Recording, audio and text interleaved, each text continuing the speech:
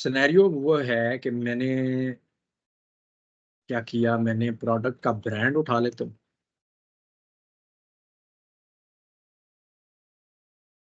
और बल्कि ऐसा करते हैं जो वैल्यूज बहुत छोटी होंगी। एक मैं देखता हूँ, हम अगर रीजन्स उठा लें, सेल्स रीजन उठा लें और टोटल सेल्स उठा लें। ठीक है जी।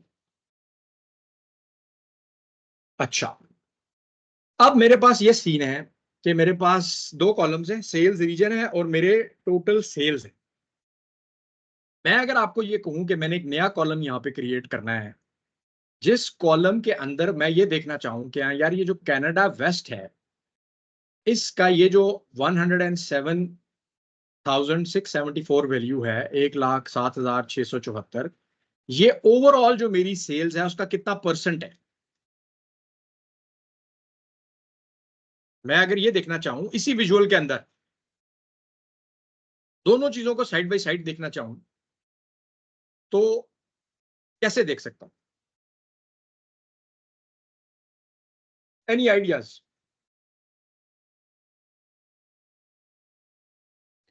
एक नया मेयर बना लें, डैक्स मेयर बना लें नया, हम्म।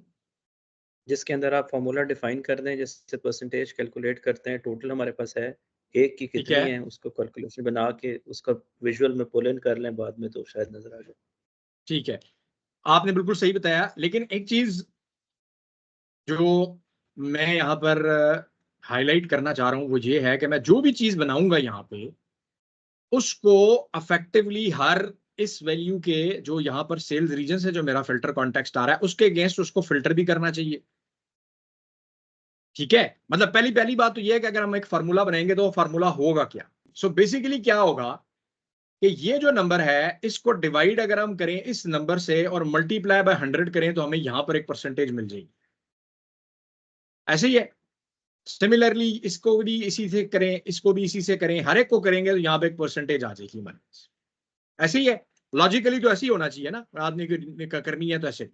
लेकिन मैं यहाँ पर जो भी चीज लाऊंगा इस चीज को बनाने के लिए, बेसिकली मुझे जब मैं उसको यहाँ पर फेंकूंगा तो वो फिल्टर हो जाएगी because of the filter context. बात समझ आ रही है आपको?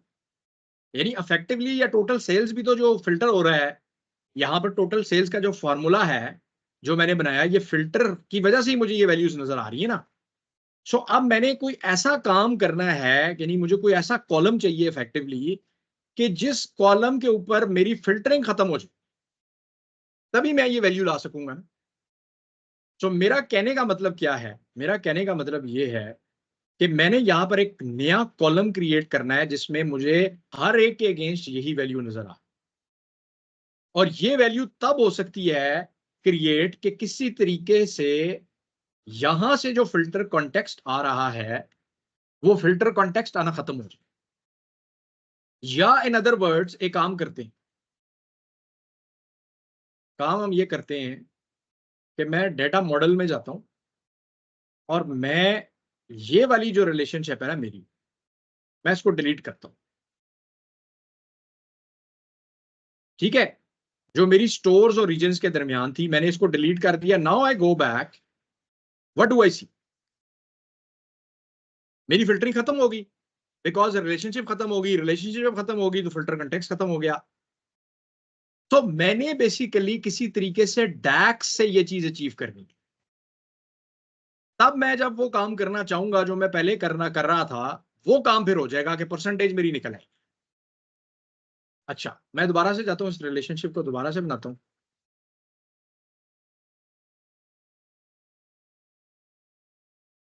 Reason ID one two many single, yes. Okay, सो मेरी रिलेशनशिप बहाल हो गई और अब मैंने एक नया मेजर बनाना है जिसका नाम है टोटल सेल्स, और ब्रैकेट में मैं लिखूंगा विदाउट फिल्टर कॉन्टेक्स्ट।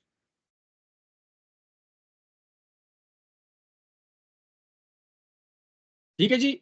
सो यहां पर अब हम डेक्स में काम करेंगे और अगेन फिल्टर कॉन्टेक्स्ट जब भी मॉडिफाई करने की बात आएगी तो कैलकुलेट की बात आएगी।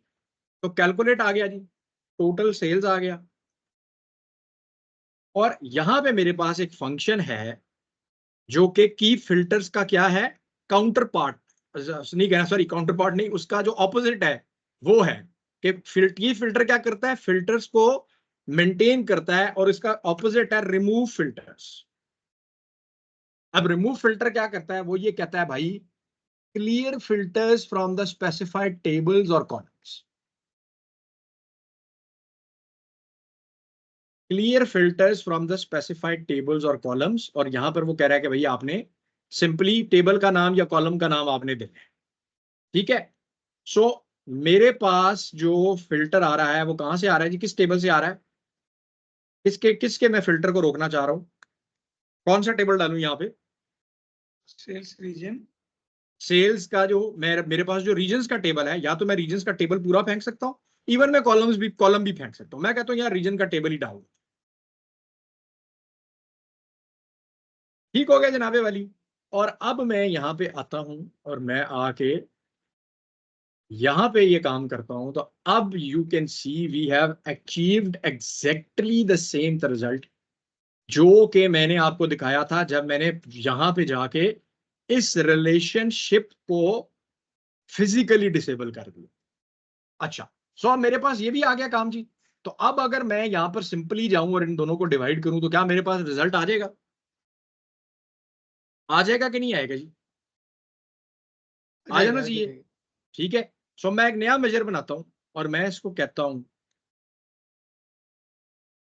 टोटल सेल्स, ब्रैकेट में कह देता हूं परसेंटेज रीजन वाइज, ठीक है। और अब मैंने क्या करना है, मैंने सिंपली जाके डिवाइड करना है। अच्छा, डिवाइड करने के दो तरीके, एक तो सिंपल ये है कि मैं टोटल सेल्स जो मेरी आ रही है इसको डिवाइड कर दूं बाय जो मेरा total sales without filter context,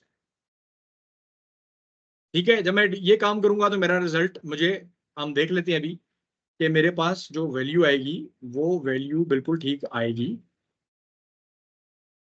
total sales या, ठीक है जी। इसको परसेंटेज में कन्वर्ट कैसे करते हैं वो भी हम देखते हैं, ये पहला तरीका है। इस तरीके के अंदर एक प्रॉब्लम है जो कि डिवाइड के फंक्शन में आ सकती है कभी किसी सिनेरियो में, जो कि डिवाइड की एक प्रॉपर्टी है जो कि मैथमेटिक्स के जो फंडामेंटल्स हैं उनमें हमने पढ़ी है कि डिवाइड के फंक्शन में एक सिनेरियो होता है जिसको कहते हैं डिवाइड बाय जीरो।